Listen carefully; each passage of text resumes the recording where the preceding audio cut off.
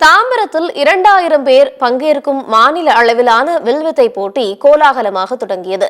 தமிழக வில்வித்தை சங்கம் சார்பில் 18வது மாநில அளவிலான வில்வித்தை போட்டிகள் நேற்று தொடங்கி 28ஆம் தேதி வரை 4 நாட்கள் நடைபெறுகிறது.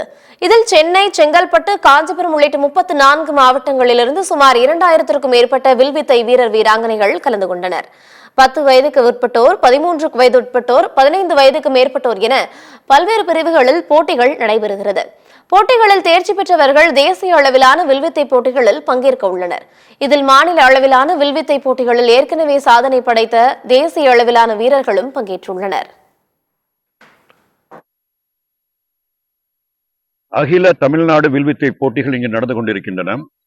தி ஆர்ச்சரி அசோசியேஷன் ஆஃப் தமிழ்நாடு, ஒரே ஒரு ரெகனைஸ்ட் அசோசியேஷன், அகில இந்திய வில்வித்தை சங்கத்தின் சார்பாக நாம் இந்த போட்டியை நடத்தி கொண்டிருக்கிறோம். இந்த வேளையில் தமிழ்நாட்டின் சார்பாக ஆசியா கப் ஸ்டேஜ் 1ல பேங்காக் போயிட்டு அங்கே ஒரு பிரான்ஸ் மெடல் வெற்றி பதக்கத்தை வென்று ஒரு நம்முடைய வீர மங்கை மதுர வர்ஷினி, சேலத்தை சேர்ந்தவர், அவர் பிரான்ஸ் மெடல் வாங்கிட்டு வந்திருக்கார். அது எல்லாருக்குமே நமக்கு தமிழர்களாக இருக்கும் எல்லாருக்குமே எனக்கு பெரிய பெரிய பெருமை. அதாவது வில்வித்தை என்பது கொஞ்சம் காஸ்ட்லி கேம். ஏன் காஸ்ட்லி கேம்னா அது அந்த அந்த பயிற்சி பண்ற அந்த அந்த உபகரணங்கள் சிறுவர்களுக்கே 70,000 ரூபாய் வரும். ஆனா பெரியவங்களுக்கெல்லாம் நம்ம காம்படிஷன் பண்றது 3.5 லட்சம் to 4 லட்சம் வரும்.